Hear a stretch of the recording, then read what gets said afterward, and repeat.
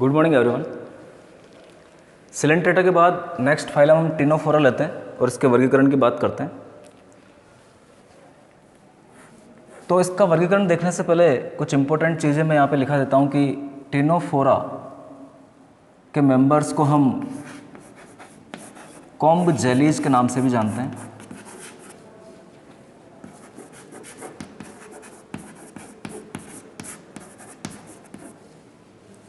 इन्हें समुद्री अखरोट भी कहा जाता है, जैसा कि आप पहले भी पढ़ चुके हैं। तो ये कुछ बातें वापस आप याद कर लेना। इनके अंदर द्विअरीय सममिति मिलती है, बाई रेडियल सिमेट्री यहाँ पर पाई जाती है।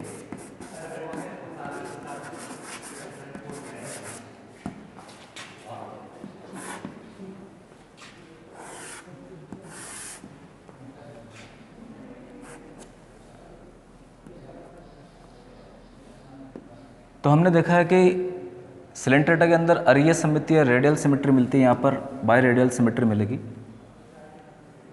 दंश कोशिकाएं यहाँ पर अनुपस्थित होती है।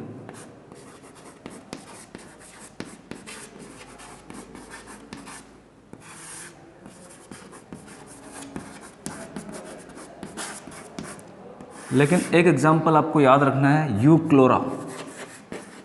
यूक्लोरा ऐसा टिनोफोर है जिसमें दंश कोशिकाएं प्रेजेंट पाई जाती है या उपस्थित होती है। ये एक अपवाद है,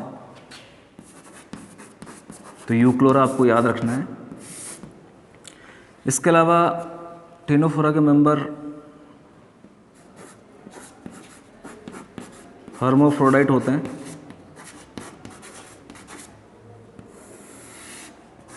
यानी द्विलिंगी होते हैं। एक ही जीव में नर और मादा जीव पाया जाता है। इनका जो लार्वा होता है वो साइडिपिड होता है, ये भी आप थोड़ा याद कर लेना। तो ये कुछ बातें हैं मैंने टिनोफोरा के लिए बताई है, वापस आप रिवाइज कर लेना इन चीज़ों को। अब आगे टिनोफोरा का हम वर्गीकरण देखते हैं।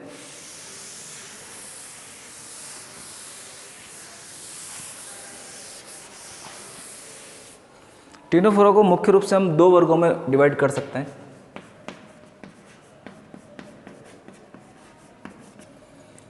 पहला वर्ग हो जाएगा आपका टेंटाक्युलेटा,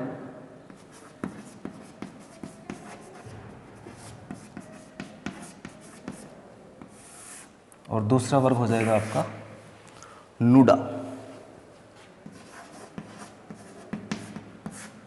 तो इन दो वर्गों में हम इसे डिवाइड कर सकते हैं, टेंटाक्युलेटा या नूडा। टेंटाक्युलेटा की अगर मैं बात करूं तो इनमें संस्पर्शक या टेंटाकल्स उपस्थित पाए जाते हैं।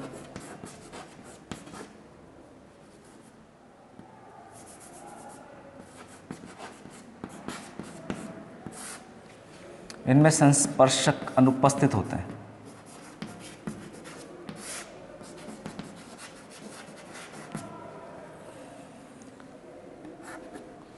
इसके इम्पोर्टेंट गणों की मैं बात करूं तो गण जो हो जाएंगे वो आप देखेंगे, साइडिपिडा,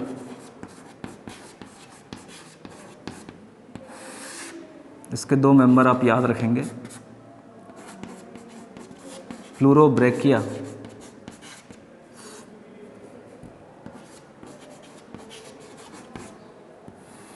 एक एग्जाम्पल आपका प्लूरोब्रेकिया हो जाएगा और दूसरा एग्जाम्पल हो जाएगा आपका मर्टेंसिया।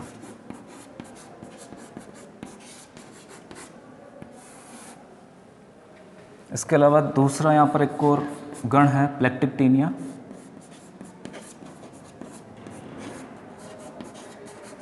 इस प्लेक्टिक्टीनिया का एक मेंबर है गैस्ट्रा, जो कि साल्पा जैसे ट्यूनिकेट्स में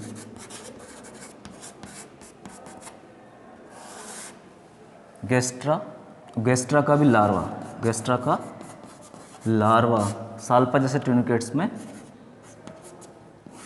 परजीवी होता है।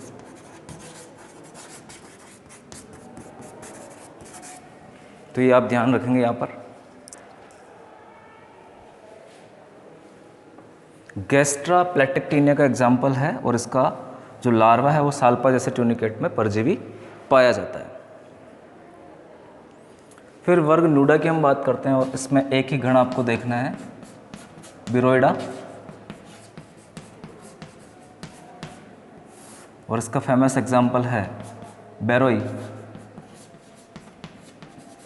जिसे बिल्ली की तैरती आँखें कॉमन नाम से जाना जाता है, स्विमिंग आइज ऑफ कैट्स।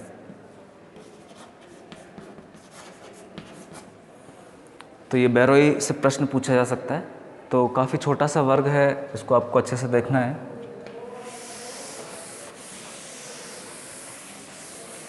आगे अगर मैं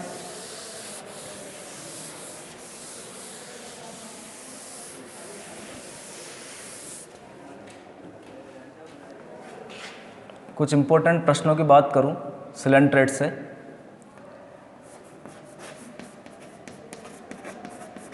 सिलेंट्रेटा फाइलम से, तो समुद्री पंखा किसे कहा जाता है? तो हम गोर्गोनिया की बात करेंगे। गोर्गोनिया को समुद्री पंखा कहा जाता है। सी विप किसे कहा जाता है? तो सी विप लेप्टो गोर्जिया को कहा जाता है।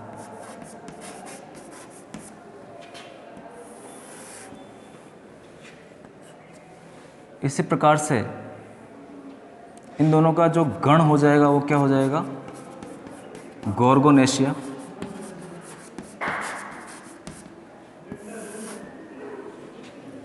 वर्ग इनका हो जाएगा ऑक्टोकोरेलिया। इसी गण और इसी वर्ग का एक और मेंबर है कोरेलियम, आप और याद करेंगे।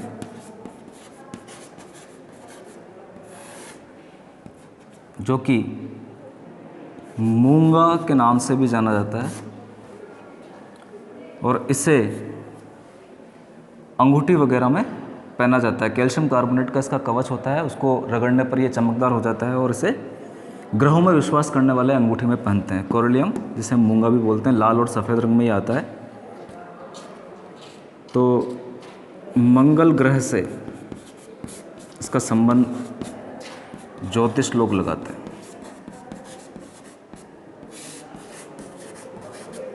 तो ये भी आप ध्यान रखेंगे। तो समुद्री पंखा गोर्गोनिया को कहते हैं, सी विप लेप्टोगोर्जिया को बोलते हैं, और एक कोरेलियम लाल मूंगा या सफ़ेद मूंगा। लाल मूंगा पूछा जाता है तो कोरेलियम है, उसका आंसर आप याद रखेंगे। गण गोर्गोनेशिया हो जाएगा और वर्ग ऑक्टाकोरेलिया हो जाएगा। तो ये कुछ बातें आप और ध्यान रखेंगे। सिलेंट्रेटा में जो लार्वा मिलता है वो इफाइरा लार्वा होता है। तो ये भी आप ध्यान रखेंगे। बहुत बहुत धन्यवाद।